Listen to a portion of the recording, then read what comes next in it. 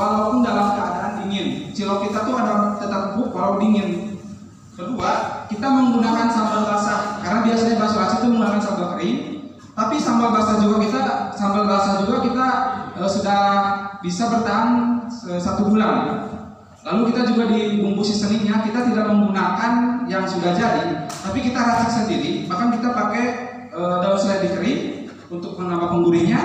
Next mungkin kita akan pakai daun bawang kering juga agar produk kita lebih punya nilai jual. Lalu untuk cuanki, ini cuanki adalah produk yang untuk menyelesaikan masalah bakso aci. Karena bakso aci untuk pengiriman dan untuk daya tahan itu masih banyak kekurangan, kita mengeluarkan satu produk itu Cukido Cuanki Instant Doer. Apa kelebihannya? Yang pertama, cukup dengan air panas saja kita sudah bisa menyantapnya. Ini adalah salah satu inovasi saya untuk di tempat wisata untuk menyaingi pop mie, karena perputaran uang dari pop mie saja itu sangat besar di tempat wisata. Lalu kelebihannya yaitu tahan di suhu ruang itu bisa sampai 6 bulan. Ini adalah salah satu kelemahan yang dari bakso aci kita pangkas di Cukido ini. Lalu varian rasa juga kita ada lagi uji coba. Sekarang ada kari ayam, selanjutnya ada beberapa rasa yang seperti ayam bawang, rasa bakso dan sebagainya. Kita lagi di tahap masa uji coba. Selanjutnya itu ada kalau seblak kita itu menggunakan bumbu yang seblak jadul atau seblak yang lekok.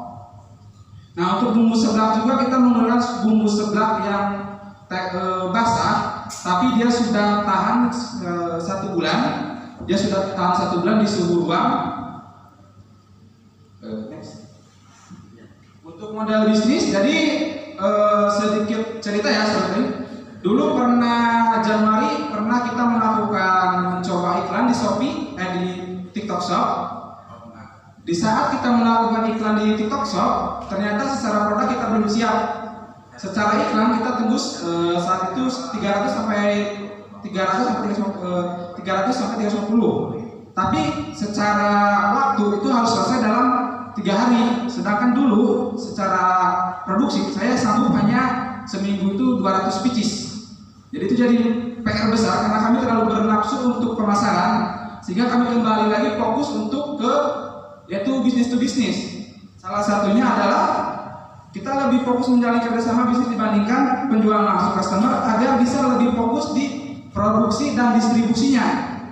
Kenapa? Karena jika kita juga menawarkan keuntungan yang cukup besar, yaitu sekitar 40% untuk reseller atau mitra kita. Oh, siap.